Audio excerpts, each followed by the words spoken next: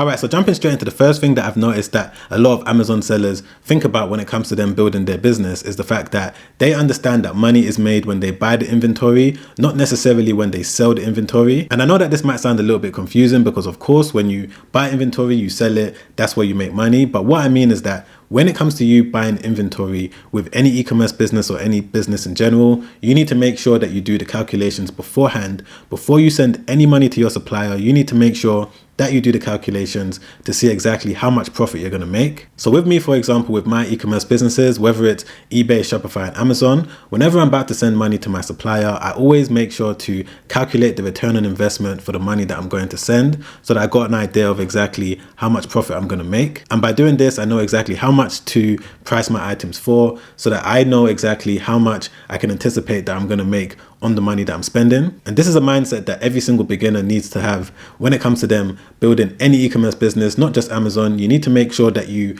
understand exactly how much money you're going to make from the moment that you buy the inventory. So just to give you an example of what I'm talking about, I've just jumped onto Amazon and I've typed in dog water bottle. So if we use this product as an example, we can see that sellers are selling it for around £11, maybe £13, for this type of dog water bottle. And if we go over to Alibaba.com, we can see that it's available for around $3.50. This supplier is selling it for around 90 cents. So there's various different prices that you're going to be able to buy this particular dog water bottle for. But let's say that I've gone through the entire process. I've contacted various different suppliers. I'm at the point now where I'm about to send money to my supplier to buy a bunch of these dog water bottles to sell on Amazon. What I personally do every single time is that I use a spreadsheet, and this is exactly what it looks like. So I'm going to quickly break it down for anyone out there just so that you can go away and either make your own spreadsheet, or if you want access to this, if this video gets, let's say, 500 likes, then I may pin it down in the pinned comment down below.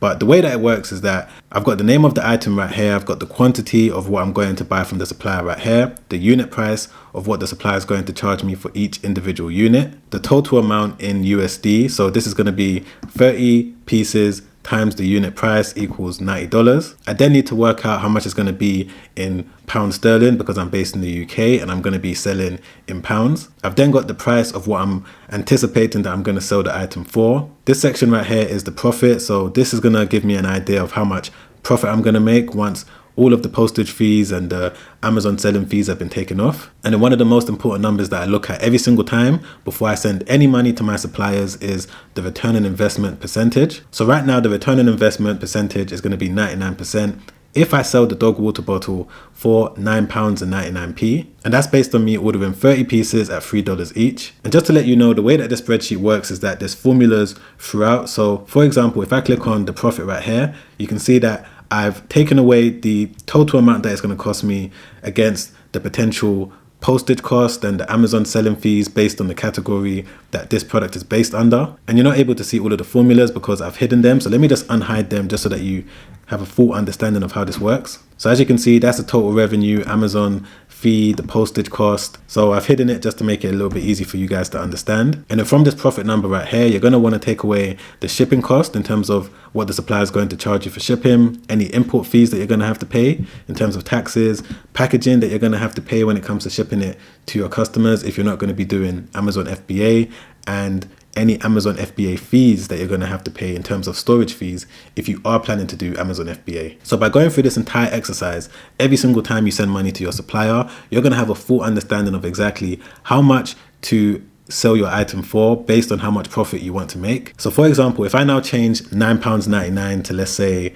£13.99, as you can see, the return on investment has now gone up to 212%. And I always aim for a return on investment percentage of minimum 50%, 40%, depending on which platform I'm selling on, whether it's eBay, Shopify, Amazon, but ideally I like to get it at minimum 50%. So that's basically what a lot of rich Amazon sellers do. They make sure that when they're sending money to their supplier, they've already calculated how much profit they're going to make because, as I said at the start of this, the profit is made when you buy the item, not necessarily when you sell the item.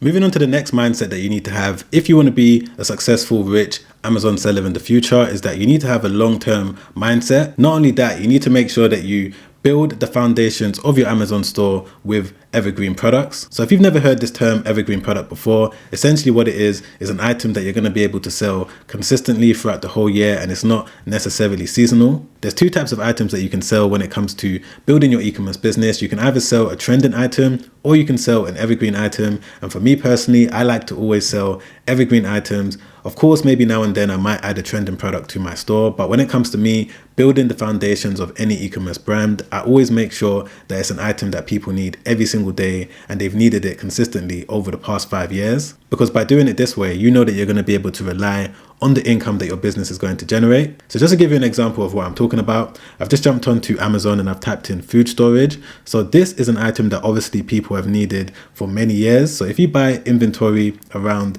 this keyword, you know that people are going to be searching for it, and there's a chance that you're going to be able to make sales now, next year, 2 years time, etc. And this can be seen if we go over to Google Trends. So I've just typed in food storage and we can see that ever since 2004, there's been consistent interest in people searching for food storage on Google. Not only that, there's been a massive increase in people also searching for this particular keyword. So this is what you want to look out for. You want to make sure that there's an average number of people searching for this on Google or any product research software that you might be using. And it will also be a bonus where you can see a clear uptrend where more and more people are searching for it on a daily basis. An example of a product that's not an evergreen item and it's more of a trending item is Christmas lights. Now this is obvious. Now if we look at Google Trends, we can see that people are searching for Christmas lights at the same time every single year. And I'm sure I don't need to show you when exactly they're searching for Christmas lights. It's obviously going to be around November, December. Every year since 2004, it's been the exact same thing. However, in between November and December,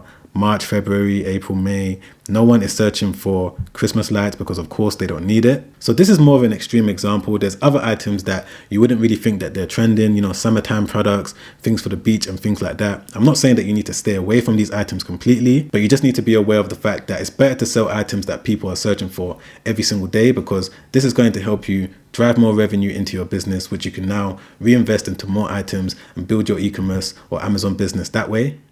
So moving on to the third thing that most rich Amazon sellers know that a lot of the unsuccessful Amazon sellers don't know is that you should never ever run out of stock for the products that you're selling. From the moment that you list an item on Amazon and you're starting to get sales, that's the point where you should now figure out a way for you to never ever run out of stock. This is something that I wasn't aware of when I first started selling on Amazon, and because of that, I ran out of stock now and then, and it had a massive effect on the money that I could have potentially made from my Amazon store. And the reason why this is a problem is because Amazon see it as you not being a trustworthy seller. They want to make sure that they are pushing the sellers that are capable of making sure that they're managing their inventory in an efficient way. The second that you run out of stock and you have to set your inventory to 0, Amazon are now going to push the next person that was below you, and it's going to be a little bit hard for you to now rank in that higher position. And that's why it's very important to make sure that you've got really good inventory management in your e-commerce business. Now, because I sell on platforms like eBay, Shopify, and Amazon, as you guys are already aware, I have to make sure that my inventory management is a little bit more efficient than someone that's just selling on one platform. And I don't really use any fancy softwares. I just do everything through Excel. But what I do try to do is every single week, I try to make sure that I'm keeping count of all the inventory and all the units that I have for all of the individual SKUs that I'm currently selling. This is something that I've been doing religiously for the past 6 or 7 years. Every week, every 2 weeks, I get someone to count the inventory, send it to me on an Excel spreadsheet, and then I look at exactly what inventory we're running low on, and then I make sure to contact my supplier and order that ASAP so that it arrives on time. So make sure that from the moment you start seeing sales come through for one particular item, you contact your supplier, you make sure that they've got enough inventory to supply you from the moment that you start running out of stock. This is something that's going to help you as you continue to build up your business, especially if you're selling an evergreen item, because if you're able to prove to Amazon in the early days that you're a seller that they can push forward and you're a seller that's going to be able to always supply the customers, they're going to be more than happy to keep you in that top position.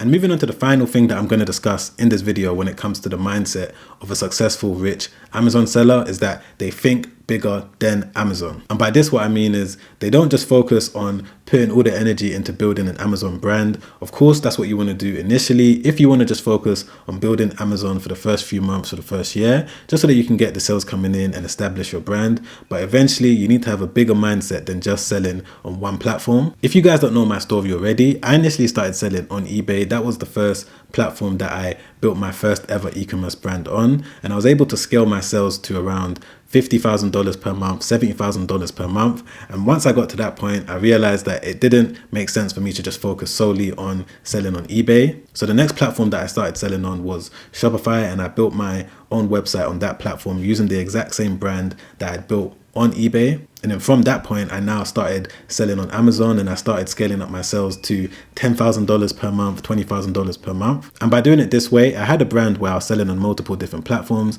and I was also able to generate multiple streams of income, which now meant that I was able to reinvest back into my e-commerce brand as well as other online businesses. And this is the same approach that you guys should take. But just to clarify, you shouldn't do all of them at once, especially if you're going to be doing everything yourself. Put all your focus into one platform, master that, understand the process, automate the system, and then now shift and use those same skills on a different platform and then do the exact same thing on another platform. And that's exactly what this Amazon seller seems to be doing. So if we just stick with food storage and scroll down over here, I'm currently using the Jungle Scout extension tool, and we can see that with this seller right here, they are making around £58,000 per month by selling this item. And the name of the brand is called Igloo Meal Prep. And if we take a look at their storefront on Amazon, we can see that they've got various other products that they're selling that all revolve around food storage. But the interesting thing is they've got their own website, as you guys can see right here. So they've built their own website on Shopify. So even though they're making probably 6 figures per month from their Amazon store, they've still managed to build their own Shopify store, and they're selling the exact same products with the exact same branding on this website. And this is the same approach that a lot of rich Amazon sellers take. They have multiple different places that they're selling on the internet. And the reason why you should do this is not only because you're going to be able to generate multiple sources of income, but the main reason is that you don't want to rely on just one source of income for your business, because if something happens, or maybe Amazon changes their rules or their regulations or their policy or anything like that, then it could affect your entire business. And taking it all the way back to when I shifted my attention and started focusing on building my Shopify store and Amazon store, and not just focusing on solely building my eBay store, is due to the fact that eBay ended up restricting my account for 7 days. And this was because I violated one of their policies, and for that entire 7 days I wasn't able to buy or sell. And around this time I had employed a few people, I had an office space, and I ended up just sitting in my office for around 7 days, just twiddling my thumbs, hoping that everything was going to be okay once I got back after the 7 days. And that's the position that you don't want to be in. You don't ever want to put all of your trust and your faith into a company that is just thinking about their profits. Of course, all of these platforms are great because it allows us to reach a massive audience and reach a massive customer base.